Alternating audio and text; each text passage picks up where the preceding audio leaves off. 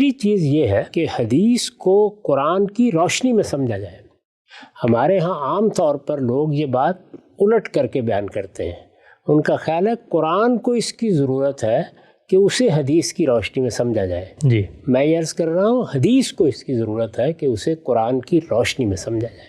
سلامتی ہے ان آنکھوں پہ جو ہدایت پہ نظریں جمائے بیٹھی ہیں، ان کانوں پہ جو ذکر خیر کے منتظر رہتے ہیں، اور ان قدموں پہ جو ہدایت کی راہ پہ گامزن ہیں۔ میں حدیث کے کیا معیارات ہیں، کیا اصول ہیں جو آپ نے اپنی کتاب میزان میں بیان کیے ہیں؟ پہلا اصول زیر بحث آیا تھا، میں چاہتا ہوں ہم سب سلسلہ گفتگو کو وہیں سے جوڑیں اور بتائیے کہ اس کے بعد آپ کی نظر میں حدیث کا جو کانٹینٹ ہے، اس کے اندر جو موضوع زیر بحث ہے، اس کو سمجھنے کے، اس کے درست فہم کے کیا معیارات ہیں؟ میں نے عرض کیا تھا کہ یہ 5 اصول ہیں، 5 عنوانات کے تحت میں نے اس کو بیان کیا ہے۔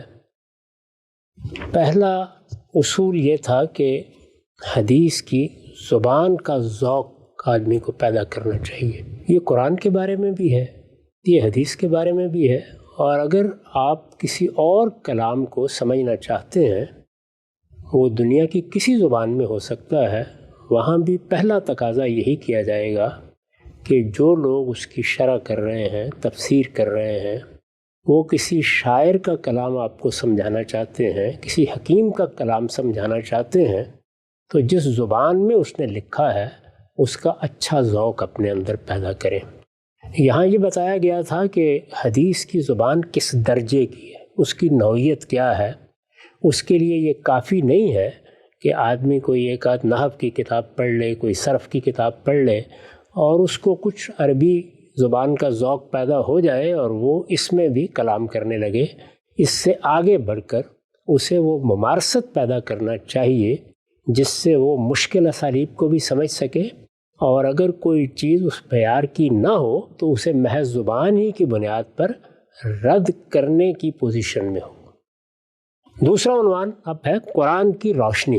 ٹھیک، میں نے لکھا ہے دوسری چیز یہ ہے کہ حدیث کو قرآن کی روشنی میں سمجھا جائے۔ ہمارے ہاں عام طور پر لوگ یہ بات الٹ کر کے بیان کرتے ہیں۔ ان کا خیال ہے قرآن کو اس کی ضرورت ہے کہ اسے حدیث کی روشنی میں سمجھا جائے۔ جی، میں یہ عرض کر رہا ہوں حدیث کو اس کی ضرورت ہے کہ اسے قرآن کی روشنی میں سمجھا جائے۔ کیوں؟ یعنی یہ اصول کس وجہ سے قائم کیا گیا ہے، اس کی میں نے وضاحت کی ہے۔ دین میں قرآن کا جو مقام ہے وہ ہم اس سے پہلے بیان کر چکے ہیں۔ وہ اللہ کی کتاب ہے، کلام الہی ہے، اس میں ہر چیز ربط و نظام کے ساتھ بیان ہوئی ہے۔ وہ اللہ تعالیٰ کے الفاظ میں ہم تک پہنچ گیا ہے۔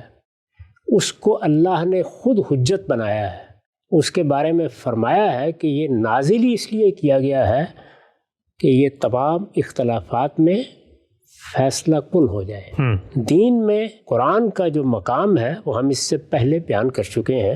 نبی صلی اللہ علیہ وسلم نے اپنی حیثیت نبوت و رسالت میں جو کچھ کیا اس کی تاریخ کا حتمی اور قطعی ماخذ بھی قرآن ہی۔ اچھا، یعنی اگر یہ معلوم کرنا ہو کہ رسالت مآب صلی اللہ علیہ وسلم یا زمانہ رسالت کی تاریخ کیا ہے اور اس کی کوئی چیز قرآن میں زیر بحث آ جائے، جیسے بدر کی جنگ زیر بحث آ گئی، احد کی جنگ زیر بحث آ گئی، احزاب زیر بحث آ گئی، مدینے کے حالات زیر بحث آ گئے، منافقین کی ریشہ دوانیاں زیر بحث آ گئیں، امہات المومنین سے متعلق بعض چیزیں زیر بحث آ گئیں۔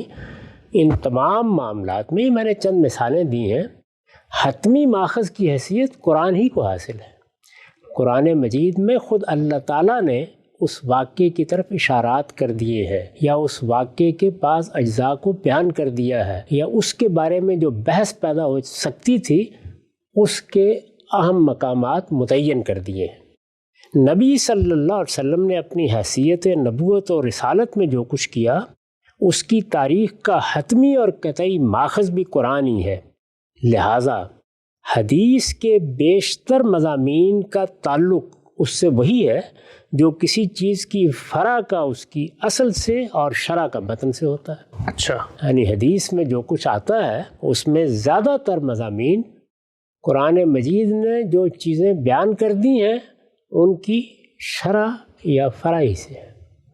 یعنی قرآن نے کوئی اصل بیان کر دی ہے، اس سے بعض فروع نکلتے ہیں، روایت میں وہ بیان ہو جاتے ہیں۔ قرآن مجید نے دین کا کوئی حکم بیان کیا ہے، کسی واقعے کے بارے میں کوئی تبصرہ کر دیا ہے، ہر جگہ اصل کی حیثیت اس کو حاصل ہے، ہر جگہ متن کی حیثیت اس کو حاصل ہے۔ روایت، حدیث، جو کچھ بھی ہمارے سامنے آئے گا وہ یا اس اصل کی فرع ہوگی یا اس متن کی شرح ہوگی۔ یہ دونوں چیزیں ہر وہ آدمی جو حدیث کا مطالعہ کرے گا صاف دیکھ سکتا ہے۔ اصل اور متن کو دیکھے بغیر اس کی شرح اور فرع کو سمجھنا ظاہر ہے کہ کسی طرح ممکن نہیں ہوتا۔ یعنی آپ کے پاس اگر اصل ہے تو آپ پھر اس تعلق کو دریافت کر سکتے ہیں کہ یہ فرع کہاں سے نکلی ہے، اور اگر آپ کے پاس کوئی متن ہے تو پھر آپ متعین کر سکتے ہیں کہ یہ فی الواقع اس کی شرح ہے تو کیوں شرح کی حیثیت سے بیان کرنی پڑی ہے۔ تو اگر آپ کے سامنے متن ہی نہیں ہے تو آپ شرح اور فرع کو سمجھیں گے کس طرح؟ کیسے؟ یعنی ہمارے سامنے ایک متن ہوگا، ایک ٹیکسٹ ہوگا۔ مثال کے طور پر ہم غالب کا کلام پڑھ رہے ہیں، اس کی شرح کو پڑھ کر تو غالب کے کلام کو نہیں سمجھا جائے گا۔ یعنی پہلے کلام ہمارے سامنے آئے گا، پہلے متن ہمارے سامنے آئے گا، اس کی مشکلات ہمارے سامنے آئیں گی، اس کو شرح کی ضرورت کیوں ہے وہ ہمارے سامنے آئے گا۔ پھر ہم جب شرح کو اس سے ملا کے پڑھیں گے تو شرح سمجھ میں آئے گی۔ یہ کس چیز کی شرح ہے، کس لفظ کو بیان کیا ہے، جملے کی کس تالیف کا تقاضا بیان کیا ہے، یہ ساری باتیں اسی صورت میں ہوں گی۔ اگر مدعا کے لحاظ سے بھی شرح ہے، یعنی ایک تو یہ ہے نا کہ لفظ اور بیان کی شرح ہے، ایک یہ ہے کہ مدعا کو بیان کیا ہے، قرآن مجید یہ کہنا چاہتا ہے، قرآن نے یہ کہا ہے، تو اس میں بھی پہلے آپ کو یہ متعین کرنا پڑے گا قرآن نے کیا کہا ہے۔ تو متن اگر سامنے نہیں ہے تو شرح نہیں سمجھی جا سکتی، اصل اگر سامنے نہیں ہے تو فرع کے بارے میں قیاس تو کیا جا سکتا ہے، لیکن فرع کو سمجھنے میں بہت سے مسائل پیش آ سکتے ہیں۔ ان دونوں چیزوں کو بہت اچھی طرح ملحوظ رکھنا چاہیے۔ اصل اور متن کو دیکھے بغیر اس کی شرح اور فرع کو سمجھنا ظاہر ہے کہ کسی طرح ممکن نہیں ہوتا۔ حدیث کو سمجھنے میں جو غلطیاں اب تک ہوئی ہیں ان کا اگر دقت نظر سے جائزہ لیا جائے تو یہ حقیقت صاف واضح ہو جاتی ہے۔ یعنی قرآن مجید عربی مبین میں ہے، قرآن مجید اللہ کا کلام ہے، قرآن مجید میں ہر جملہ اپنے سیاق میں رکھا گیا ہے، قرآن مجید کا ایک نظم ہے۔ قرآن مجید کے بارے میں یہ تردد نہیں ہوتا کہ کسی چیز سے ہم ناواقف ہیں اور ایک جملہ روایت کر دیا گیا ہے۔ قرآن پورا کا پورا ہمارے پاس موجود ہے۔ اگر اس کتاب کا کوئی عرف ہے تو اس سے بھی ہم واقف ہو سکتے ہیں، اگر اس نے کچھ چیزوں کو اصطلاح بنایا ہے تو وہ بھی اس سے واضح ہو جاتا ہے۔ حدیث میں یہ چیز نہیں ہوتی، اس لیے اس کا تو کوئی سوال ہی نہیں ہے کہ قرآن کے بارے میں یہ سمجھا جائے کہ وہ اس چیز کا محتاج ہے۔ حدیث اس کی محتاج ہے کہ اسے قرآن کی روشنی میں رکھ کے دیکھا جائے، یعنی اس میں فرع ہے تو اصل کی روشنی میں رکھ کے دیکھا جائے، شرح ہے تو متن کی روشنی میں اس کو رکھ کے دیکھا جائے۔ حدیث کو سمجھنے میں جو غلطیاں اب تک ہوئی ہیں ان کا اگر دقت نظر سے جائزہ لیا جائے تو یہ حقیقت صاف واضح ہو جاتی ہے۔ عہد رسالت میں رجم کے واقعات، یہ میں نے کچھ مثالیں بیان کی ہیں جہاں بڑی غلطیاں ہوئی ہیں۔ عہد رسالت میں رجم کے واقعات، کعب بن اشرف کا قتل۔ رجم کے واقعات سے مراد یہ ہے کہ رسالت میں آپ صلی اللہ علیہ وسلم نے بعض مجرموں کو رجم کی سزا دی، یعنی سنگساری کی سزا دی۔ یہ واقعات بیان ہو گئے ہیں، ان واقعات کا انکار کرنا ممکن نہیں ہے، لیکن یہ سزا کس جرم میں دی گئی اس کو بعض روایات سے لوگوں نے سمجھا ہے اور بعض فقہا نے اس میں اپنی آراء دی ہیں۔ ان میں کیا غلطی ہوئی؟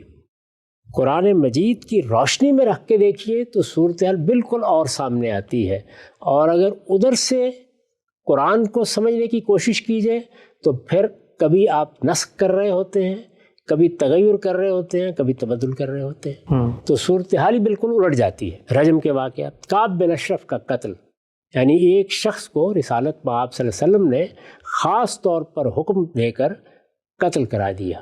ظاہر ہے کہ یہ چیز بظاہر قابل اعتراض نظر آتی ہے، لیکن اس واقعے کو قرآن مجید میں جو اصل بیان کی گئی ہے اس سے متعلق کر کے دیکھیے۔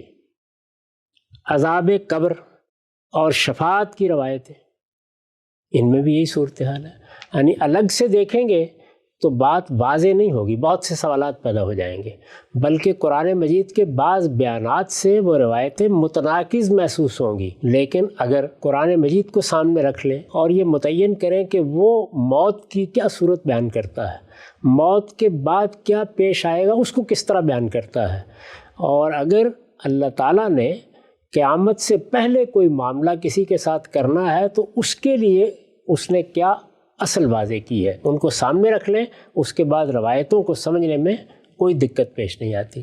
شفاعت کے معاملے میں بھی قرآن نے اس کو موضوع بنایا ہے، یہ بتایا ہے کہ شفاعت کی ضرورت کیوں پیش آ جائے گی، یہ بتایا ہے کہ وہ کن لوگوں کے حق میں ہوگی، یہ بتایا ہے کہ اللہ تعالیٰ نے اس کے لیے کیا چیزیں بطور شرط بیان کر رکھی ہوئی ہیں۔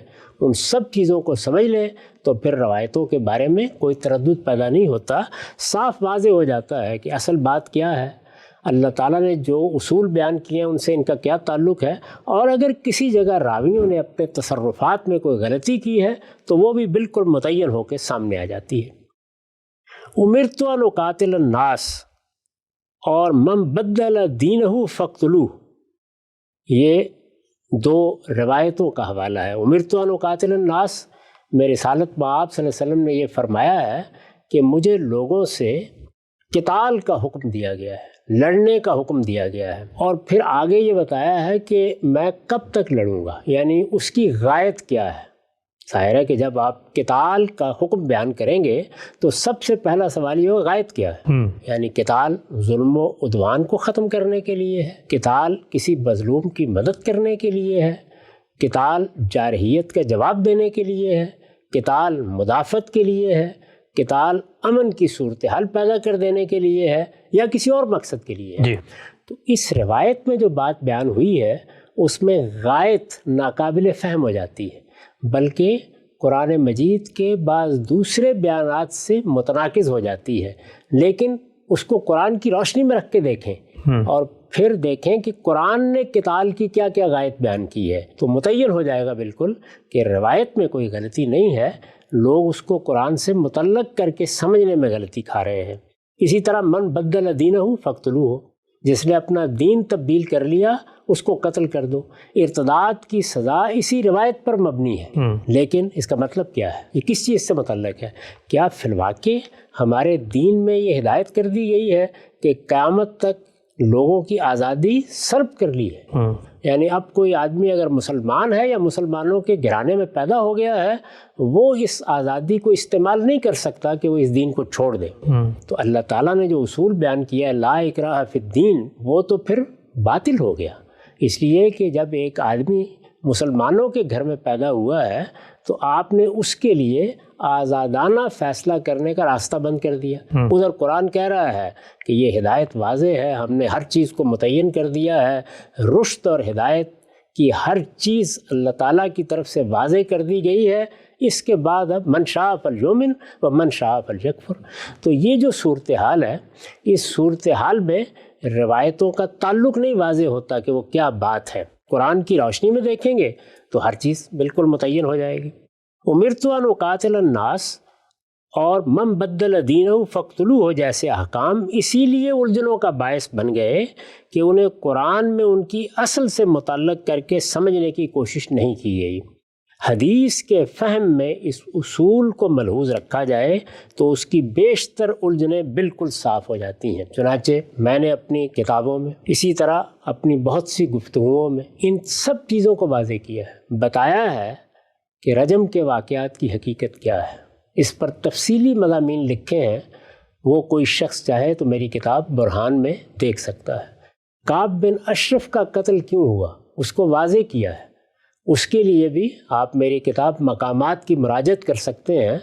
اس میں ایک باب ہے یا ایک مضمون کہیے جہاں میں نے یہ بتایا ہے کہ توہین رسالت کی سزا کیا ہے، اس کو کیسے بیان کیا گیا ہے، اس کے پس منظر میں کیا چیزیں ہیں، وہاں یہ بھی زیر بحث آیا ہے، اس کی حقیقت بھی وہاں واضح کی گئی ہے۔ عذاب قبر کے بارے میں روایتوں کا درس دیا ہے، روایتوں پر کام کر کے ان کو ترتیب دیا ہے، وہ ہمارے ہاں علم النبی میں شائع ہو چکی ہیں، ان کو بھی آدمی دیکھ سکتا ہے کہ قرآن کی روشنی میں وہ کس طرح بالکل واضح ہو جاتی ہیں، اور ایک سلیم الطبع آدمی بغیر کسی تردد کے ان کی حقیقت بھی سمجھ لیتا ہے اور ان کو قبول بھی کرتا ہے۔ یہی معاملہ امرت ان اقاتل الناس کا ہے، یہی صورتحال ارتداد کی سزا کی ہے۔ ان کے بارے میں بھی جو مباحث تفصیلات کے ساتھ دیکھنا پیش نظر ہوں تو ان کے لیے میری کتاب برہان اور مقامات کی مراجعت کی جا سکتی ہے۔ اتمام سیریز میں بھی اس پہ گفتگو کی زیر بحث آئی ہیں۔ اسی طرح اتمام حجت کے بارے میں بڑی تفصیلی گفتگویں ہم نے اسی سیریز میں کی ہیں، ان میں بھی ان سب چیزوں کا جائزہ لیا ہے اور یہ بتایا ہے کہ اتمام حجت کا قانون جب قرآن مجید سے متعین ہو جاتا ہے تو وہ بہت سے احکام پر کیسے اثر انداز ہوتا ہے، بلکہ وہ جن احکام پر اثر انداز ہوتا ہے، خواہ وہ قرآن سے متعلق ہیں یا حدیث سے، ان کو ہم نے باقاعدہ موضوع بنا کر ان پر گفتگو کی ہے۔ تو یہاں صرف اشارہ مقصود ہے، اس لیے کہ ہم اصولی بحث کر رہے ہیں، ان میں سے کسی چیز کی بھی تفصیلات یہاں زیر بحث نہیں آ سکتی۔ جن لوگوں کو ان چیزوں سے دلچسپی ہو وہ دیکھ سکتے ہیں، ان کو اندازہ ہو جائے گا کہ اگر قرآن کی روشنی میں حدیث کو سمجھا جائے تو اس کی مشکلات کیسے حل ہوتی ہیں، اس کی الجھنیں کیسے دور ہوتی ہیں، حدیث پر کیسا اعتماد پیدا ہوتا ہے، اور یہ حقیقت کس طرح واضح ہوتی ہے کہ ہمارے اہل علم نے فی الواقع یہ ذخیرہ بڑی احتیاط کے ساتھ منتقل کیا ہے۔ ہم سے بھی نقطہ آپ نے واضح کیا، جو دوسرا اصول ہے کہ حدیث کو قرآن کی روشنی میں سمجھا جائے گا، اور پھر آپ نے بتایا کہ خود قرآن مجید بھی اس زمانے کی جو تاریخ ہے اس کا سب سے مستند ترین ماخذ ہے۔ عام طور پر ہم یہ دیکھتے ہیں کہ جب تفسیر ہم پڑھتے ہیں تو سورت کب نازل ہوئی، شان نزول، اس کا پس منظر، وہ کیا زمانی مکانی حالات تھے، وہ کون سے کریکٹر زیر بحث تھے، یہ ہم دیکھتے ہیں انہی روایتوں سے اخذ کیا جاتا ہے قرآن مجید کی صورت کو سمجھنے میں۔ اگر آپ فرماتے ہیں کہ یہ تاریخ ہے تو پھر تاریخ کا یہ کام ہے نا کہ وہ ہمیں بتایا کہ کون سی صورت کب نازل ہوئی تھی، تو تاریخ ہی تو اصل میں وہ سرشتہ، وہ دروازہ بنتی ہے۔ تو اس باب میں بھی قرآن اوپر رہے گا اور تاریخ اس کے نیچے رہے گی، یہ کیسے؟ قرآن خود بتاتا ہے، ہم نے ہر سورہ کا جائزہ لے کے یہ بتا دیا ہے۔ تدبر قرآن کو دیکھ لیجئے، میری تفسیر البیان کو دیکھ لیجئے، اس میں صورتوں کے تعارف لکھے گئے ہیں۔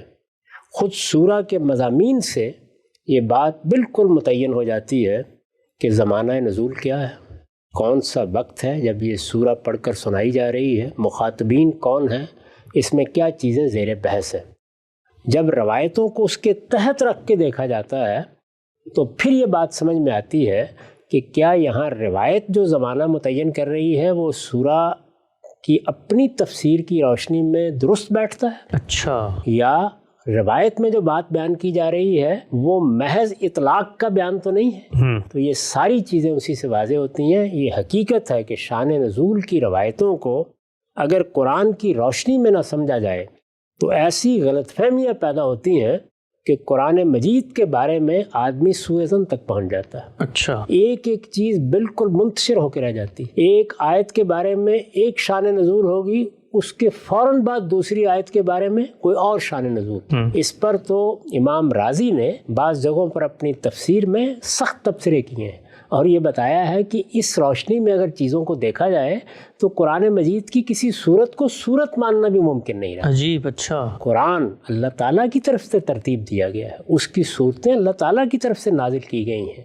وہ بین ہی ہم تک منتقل ہوا ہے۔ جب آپ سورہ کا پس منظر، سورہ کی تاریخ، سورہ کے مخاطبین، سورہ کے مباحث کا قرآن مجید کی پوری دعوت کے ساتھ تعلق، انذار کا کون سا مرحلہ ہے، ان سب چیزوں کو متعین کر لیتے ہیں، شان نزول کی روایتوں میں جو معنویت ہے وہ اصل میں واضح اس کے بعد ہوتی ہے۔ ٹھیک، اچھا، ہم سے ایک اور نقطہ بیان کیجیے گا۔ آپ نے فرمایا قرآن کے وہ جو 4 کارنرز ہیں، روشنی ہے، قرآن مجید نے جو اصول، ضوابط، قاعدے بیان کر دیے، اس کے پس منظر میں ہم سمجھیں گے ان روایتوں کو، تو خود قرآن مجید کی انڈرسٹینڈنگ میں بھی تو اختلاف ہوتا ہے، تو یہ بھی تو عین ممکن ہے کہ کوئی صاحب علم قرآن کی روشنی میں ایک روایت کو قبول کر رہا ہے اور دوسرا جو ہے قرآن ہی کی روشنی میں اس کو رد کر رہا ہو، تو جب معیار قرآن بنا لیا ہے تو تب بھی اختلاف تو واقع ہو جائے گا۔ یہ تو اختلاف تو ہوگا، اختلاف کو آپ ختم نہیں کر سکتے، دنیا جب تک قائم ہے ہر چیز میں اختلاف ہوگا، کائنات کو سمجھنے میں اختلاف ہوگا، دنیا میں کار فرما قوانین کو سمجھنے میں اختلاف ہوگا۔ اختلاف پر ہم گفتگو نہیں کر رہے، یہ بتا رہے ہیں کہ سمجھنے کا صحیح طریقہ کیا ہے، یعنی اختلافات کو رفع کرنے کے لیے کیا طریقہ اختیار کرنا چاہیے، فہم کے اصول کیا ہونے چاہیے، کسی چیز کی طرف رجوع کریں تو آپ کو راستہ کون سا اختیار کرنا چاہیے۔ اختلاف کے تو بہت سے اسباب ہوتے ہیں، میں نے کئی مرتبہ یہ بتایا ہے کہ قلت علم اس کا باعث بن جاتی ہے، قلت تدبر اس کا باعث بن جاتی ہے۔ اللہ تعالیٰ نے اپنی کتاب میں وہ سب چیزیں جمع کر دی ہیں جن کے بعد اصلاً کوئی اختلاف نہیں ہونا چاہیے، لیکن انسان ہیں، ان کے علم میں کمی ہوگی، وہاں اختلاف کا باعث بن جائے گی، ان کے تدبر میں کمی ہوگی، یہ اختلاف کا باعث بن جائے گی۔ پھر یہ کہ بہت سی چیزیں ہیں جن کو ہم پہلے سے ذہن میں لے کے چلے جاتے ہیں، ان سے نجات پانا آسان نہیں ہوتا۔ ہم لوگوں کو خود اپنی زندگی میں یہ تجربہ ہوا ہے کہ اگر پہلے سے کوئی رائے سنی ہوئی ہے، سمجھی ہوئی ہے، اختیار کی ہوئی ہے، وہ رائے ذہن پر ایسا غلبہ پا لیتی ہے کہ اسی کی روشنی میں آیت پڑھتا رہتا ہے آدمی، لیکن جس وقت اس غلبے سے نجات پانے میں کامیاب ہوتا ہے تو قرآن مجید بالکل واضح کر دیتا ہے کہ وہ اصلاً کیا بات ہے جو اس نے بیان کی ہے۔ تو یہ سب تو ہماری انسانی کمزوریاں ہیں جن کی وجہ سے اختلاف کے مواقع رہتے ہیں۔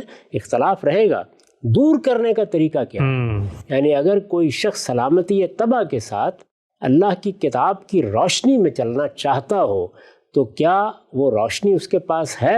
جواب یہ ہے کہ یقیناً ہے، لیکن ضروری ہے کہ اس کے لیے اپنے علم کو پختہ کرے، ہمیشہ تدبر سے کام لے، اس میں کوئی دقیقہ فروگزاش نہ کرے، کوئی کسر اٹھا نہ رکھے، اور جو کچھ بھی ضروری تیاری ہے وہ کر کے جب قرآن کی بارگاہ میں جائے تو پھر یہ سمجھ لے کہ اس کے شہرستان معانی تک پہنچنے کا راستہ اس کے الفاظ ہیں، وہ دروازہ ہیں۔ لہٰذا لفظ کو پکڑ کر، جملے کی تعریف کو ملحوظ رکھ کے، سیاق و سباق کے اندر جا کر ہر طرح کے تعصبات سے بالاتر ہو کر سمجھنے کی کوشش کرے، اس کو وہ روشنی مل جائے گی جو ہر طرف ظلمت کو دور کر دے گی۔ ایسا نقطہ آپ نے واضح کیا۔ دوسرے اصول کے حوالے سے ایک آخری توضیحی سوال میں آپ کی خدمت میں رکھتا ہوں، یہ بیان کیجیے گا، آپ نے فہم قرآن کے جہاں پر اصول بیان کیے وہاں پر ایک اصول یہ بھی لکھا ہے کہ خود قرآن کو سمجھنے کے لیے آپ کو وہ جو تاریخی پس منظر ہے اس کو جاننا ضروری ہے، رسول اللہ کہاں آئے ہیں، مخاطبین کون ہیں، قومیں کون سی آباد ہیں۔ تو جب یہ اصول آپ بیان کرتے ہیں کہ قرآن کی روشنی میں ہم نے اس تاریخی ذخیرے کا حدیث کا مطالعہ کرنا ہے، تو پیچھے آپ بیان کرتے ہیں کہ خود قرآن کو سمجھنے کے لیے تاریخ کا پس منظر پیچھے ہونا چاہیے، تو وہاں پر یہ دونوں اصول کنٹرڈکٹ نہیں کرتے؟ قرآن مجید کو سمجھنے کے لیے عربی زبان آنی چاہیے۔ ظاہر ہے کہ عربی زبان آپ سیکھیں گے نا، عربی زبان کا لغت، عربی زبان کی نحو، عربی زبان کے اسالیب، سب چیزوں میں مہارت پیدا کریں گے۔ یہ تو قرآن میں جانے کے لیے ضروری ہے۔ جی۔ قرآن مجید جب گفتگو کرے گا، اور دنیا کی کوئی کتاب بھی گفتگو کرے گی، تو مسلمہ تاریخ کو پس منظر میں رکھ کے گفتگو کرے گی۔ ٹھیک۔ میں اگر ایک مضمون لکھوں گا اس میں لاہور کا ذکر ہوگا تو لاہور کے بارے میں پہلے بتاؤں گا کہ یہ ایک شہر ہے، نہیں، ایک مانی ہوئی چیز ہے، جی، اس تاریخ سے آپ کو واقف ہونا چاہیے۔ اسی طریقے سے اگر کسی سوسائٹی کا کوئی عرف ہے تو اس سے آپ کو واقف ہونا چاہیے۔ جب ہم یہ کہتے ہیں کہ لفظ کے سارے معنی سامنے ہوں تو تب آپ کتاب کا دروازہ کھولیں، تو یہ ساری چیزیں جو میں نے بیان کی اصول و مبادی میں، یہ سب آپ کے پاس ہونی چاہیے، پھر دروازہ کھولیں۔ فیصلہ قرآن ہی کرے گا۔ اچھا، یعنی قرآن مجید کے الفاظ فیصلہ کریں گے کہ اس دروازے سے آپ کیا چیز اندر لے کے آ رہے ہیں، وہ اذن دیں گے کہ ہم اس کو قبول کرتے ہیں، تو پھر آپ اندر جائیں گے۔ اس لیے جب آپ قرآن مجید کو پڑھتے ہیں تو آپ کا علم پختہ ہونا چاہیے۔ وہ علم کیا ہوتا ہے کسی کتاب کو پڑھنے کے لیے؟ زبان کا علم، پس منظر کی تاریخ کا علم، واقعات و حوادث کا علم، ماحول کا علم، یہ سب علم ہے۔ یہ علم اگر پختہ نہیں ہے تو آپ کتاب میں داخل ہی نہیں ہو سکتے۔ ایسا نقطہ آپ کا واضح ہوا۔